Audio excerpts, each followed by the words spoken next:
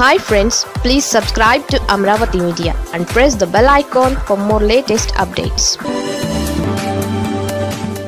అయ్యో జగన్ను ఏమీ అనలేదే, టీడీపీకి మోడీ ఝలక్. కర్నూలుకి వచ్చిన ప్రధాని నరేంద్ర మోడీ అనేక అభివృద్ధి కార్యక్రమాలకు శంకుస్థాపనలు చేశారు.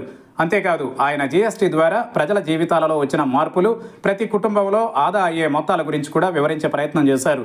మోడీ సభకు దాదాపుగా 3 లక్షల మంది దాకా ప్రజానీకం వచ్చారు. సభ సూపర్ హిట్ అయింది.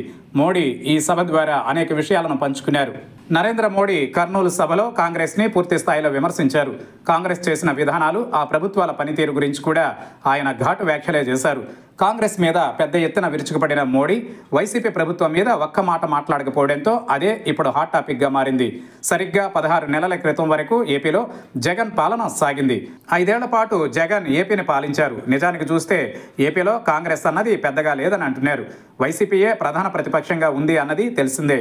ఏపీలో టీడీపీ కూటమి ప్రభుత్వం అధికారంలో ఉంది. అందులో బీజేపీ భాగంగా ఉంది. ఇక ప్రత్యర్థి ఎవరు అంటే నిస్సందేహంగా జగన్ అని వేరేగా చెప్పాల్సిన పని లేదు.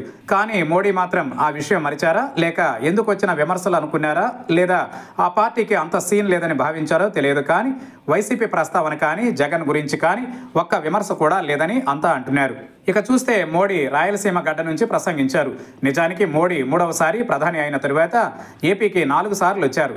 అలా వచ్చిన ప్రతిసారి జగన్ మీద విమర్శలు చేస్తారని, వైసీపీ తప్పిదాలను ఎండగడతారని అంతా అనుకున్నారు. కానీ అవేమీ జరగలేదు. ఇప్పుడు చూస్తే రాయలసీమలో ప్రధాని సభ జరిగింది. రాయలసీమ అంటే సహజంగా వైసీపీకి పట్టున్న ప్రాంతం. దాంతో తప్పనిసరిగా జగన్ మీద విమర్శలు ఉంటాయని ఆశించిన వారికి నిరాశ కలిగిందని అంటున్నారు. కూటమి పార్టీల కేడర్కి కూడా ఇది ఆశాభంగం కలిగించిందని అంటున్నారు. అయితే అదే సమయంలో చంద్రబాబు, పవన్ కళ్యాణ్, లోకేష్లను ప్రధాని పొగిడారు. వారి గురించి బాగా చెప్పారు. దాంతో కూటమి నేతలతో పాటు కేడర్లోనూ జోష్ కనిపించింది. అయితే జగన్ని మోడీ విమర్శిస్తే అది జనాలకు నేరుగా చేరుతుందని భావించిన వారికి మాత్రం ఈసారి కూడా మోడీ నిరాశనే మిగిల్చారు అని అంటున్నారు. మరి ఎందుకు ఇలా అంటే ఎవరి విశ్లేషణ వారు చేసుకోవాల్సిందే.